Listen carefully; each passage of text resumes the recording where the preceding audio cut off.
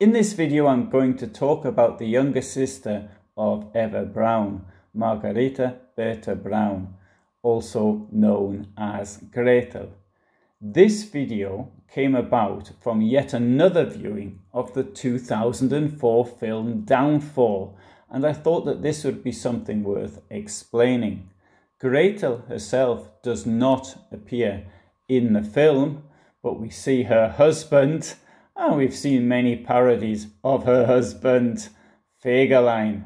And of course, in another part of the film, Eva Braun writes to her sister with instructions on what to do with her things. Gretl was born on the 31st of August 1915 in Munich. Her father, Friedrich, known as Fritz, was a master carpenter and a teacher and was born in 1879. Her mother, Franziska, known as Fanny, was a seamstress born in 1885. So therefore, she was only 4 years younger than her daughter's husband. The couple had 3 children, all girls: Ilse, born in 1908, Eva, born in 1912, and so Gretl was the youngest. In April 1932, she started to work at the photo studio of Heinrich Hoffmann in the sales department. As the official photographer for the Nazis, Hoffmann's business was expanding as the party was now the largest in the Reichstag. Eva had already been working there for 2 years, and by this time had met Hitler and had been out on dates with him to restaurants and to the cinema. Hoffmann may have wanted to do his friend Adolf a favour in employing Gretl, but in any case he needed the staff. Gretl had probably met by then the now famous extreme right-wing politician who was about to become dictator. There were 2 sides to Hitler's character, and with women he could be extremely charming, which some put down to his Austrian upbringing. One assumes that the 16-year-old could have liked the 43-year-old father figure with the funny accent and the old world charm who was dating her sister. In August 1935, much to the chagrin of her father Fritz, Hoffmann, on instructions from Hitler, got Eva a 3-room apartment in Munich, and in the following year a house in Bogenhausen, a rather wealthy district of Munich. Gretl spent a lot of time with her sister Eva at the Berghof on the Obersalzberg above Berchtesgaden. Thanks to their keenness on photography and filming, we have a lot of resources to look at from this period, showing the inner life of the Nazi dictator and his circle. For example, here we have a photograph of the Munich wedding of Marion Schönemann on the 7th of August 1937. Marion was a friend of the Braun sisters. She was an actress from Vienna, and she did not keep her opinions to herself. She would argue with Hitler, and after a while stopped visiting Eva and Gretl at the Berghof when the dictator was at home. I think he made it clear that she was not welcome. Here we have a picture from the New Year's party for 1939, the last year of peace. The following year, Eva and Gretl were at the party too, although by this time there was a war on, with food and coal shortages throughout Germany. The shortages, of course, did not affect those at the top, who continued to enjoy life as before. In this photograph, it is now August 1940, and life at the Berghof no doubt was a lot better. France had just fallen, and the end of the war must have seemed close. Only Hitler, of those in this photograph, knew of the upcoming attack on the Soviet Union. However, That attack took Hitler to East Prussia, to the Wolf's Lair, and he spent nearly all of his time there from June 1941, meaning that Gretl and Eva Braun spent even more time together. In this photograph, we can see the Braun family together around 1943. Fritz Braun, now aged 58, is in uniform.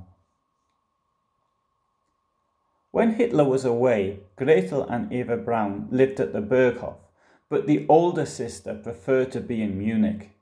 In 1943, Eva returned to her old job at Hoffmann's studio, whilst Gretl attended the Bavarian State College for Photography, then called the Bayerische Staatliche Anstalt für Lichtbildwesen.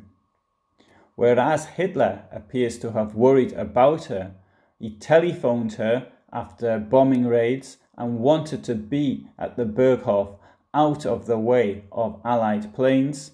There was an air raid shelter in the house in Munich, and she had 2 SS bodyguards. At the times they were at the Berghof, Gretl enlivened the formal atmosphere with jokes, cigarette smoking, and flirting with the orderlies. Hitler's secretary Traudl Junge attempted to persuade her to give up smoking, but to no avail. Hitler, of course, could not stand smoking, and he once told Eva to either give up smoking or give up him. Traudl Junge mentioned that Hitler sought to marry off his partner's younger sister. Gretl Braun was in a relationship with Fritz, but Junge hints that Hitler did not approve of the match, saying that the relationship was much too dangerous given Gretl's closeness to him as a political leader through his partner Eva. Darges had been adjutant to Martin Bormann in the 1930s and from 1940 was an orderly officer with Hitler, this service being interrupted by frontline duty. He fought in the SS Viking division on the Terek in southern Russia and was seriously wounded there on the 28th of September 1942. From March 1943 to the 18th of July 1944, he was the personal adjutant to Adolf Hitler. Alongside security for Hitler, part of his duties including keeping Eva Braun amused, and part of this amusement was having a relationship with her sister.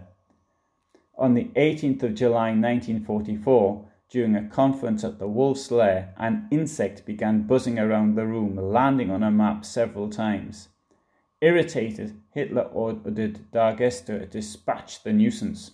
Darges suggested that it was an airborne pest, therefore the job should go to the Luftwaffe adjutant Nicolas von Below. Obviously meant as a joke, but Hitler didn't take it that way. Hitler took Darges aside, dismissed him on the spot, and had him transferred to the Eastern Front. As it turned out, this might have saved his life from Stauffenberg's bomb only 2 days later. However, by the time of the dismissal of Darges, Hitler had left the Berghof for good and Gretl was married. She had met SS Gruppenführer Hermann Fegelein at Obersalzberg. He was the liaison officer of Reichsführer SS Heinrich Himmler to the Führer headquarters and noted for being a bit of a ladies' man. She married him on the 3rd of June 1944. The wedding took place at the Mirabell Palace in Salzburg, with Hitler, Himmler and Bormann as witnesses. Her sister Eva prepared the wedding.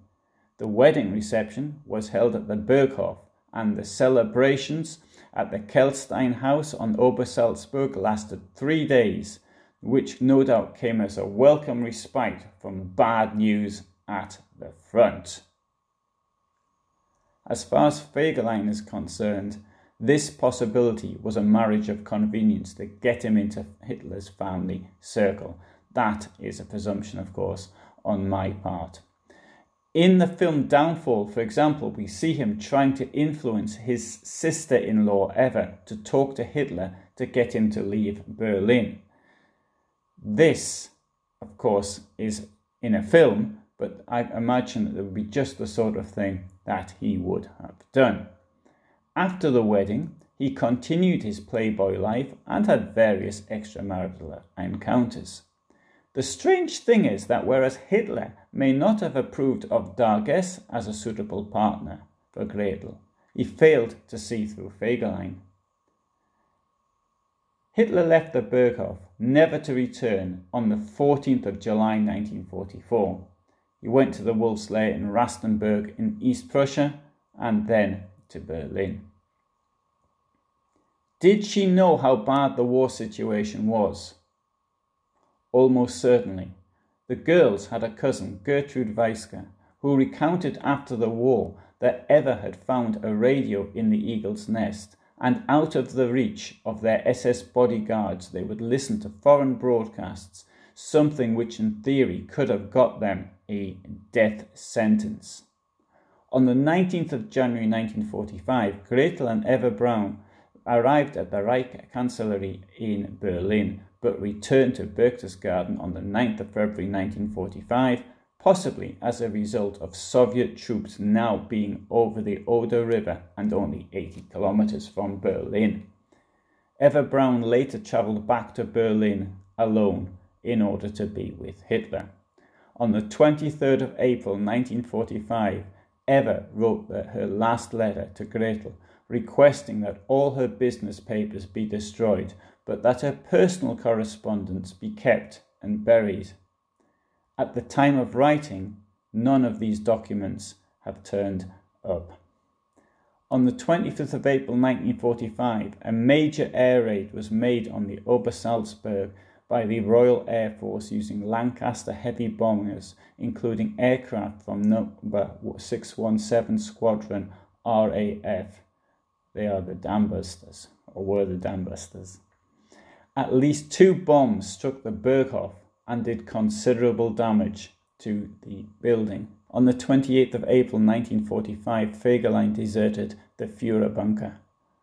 He was found, arrested, drunk, in possession of valuables, with a woman, and had clearly been out of uniform before he took his clothes off. It was obvious that he sought to escape as a civilian.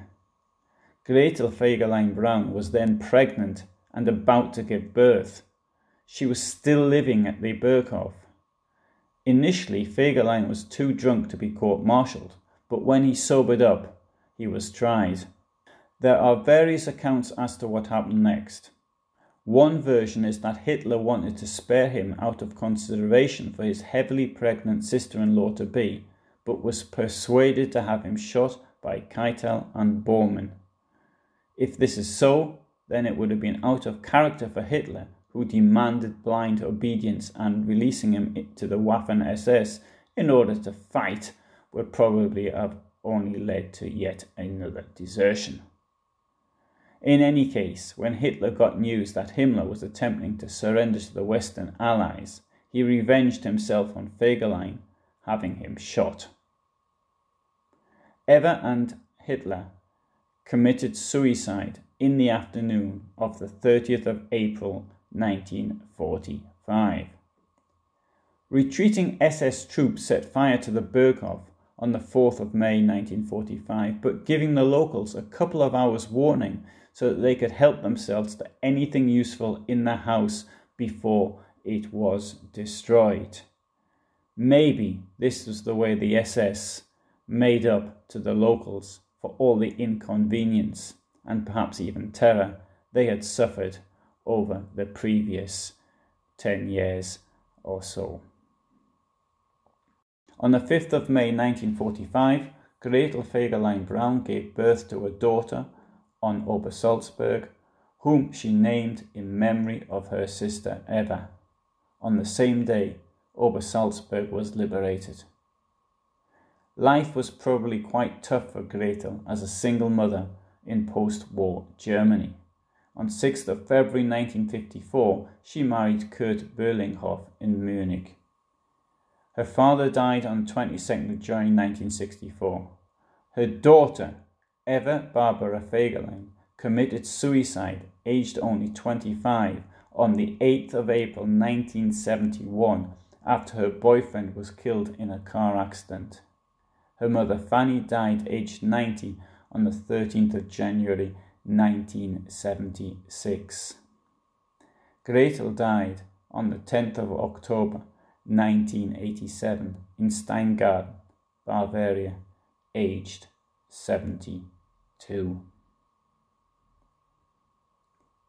Thank you for listening. I hope you found that interesting, and if you haven't already done so, please subscribe.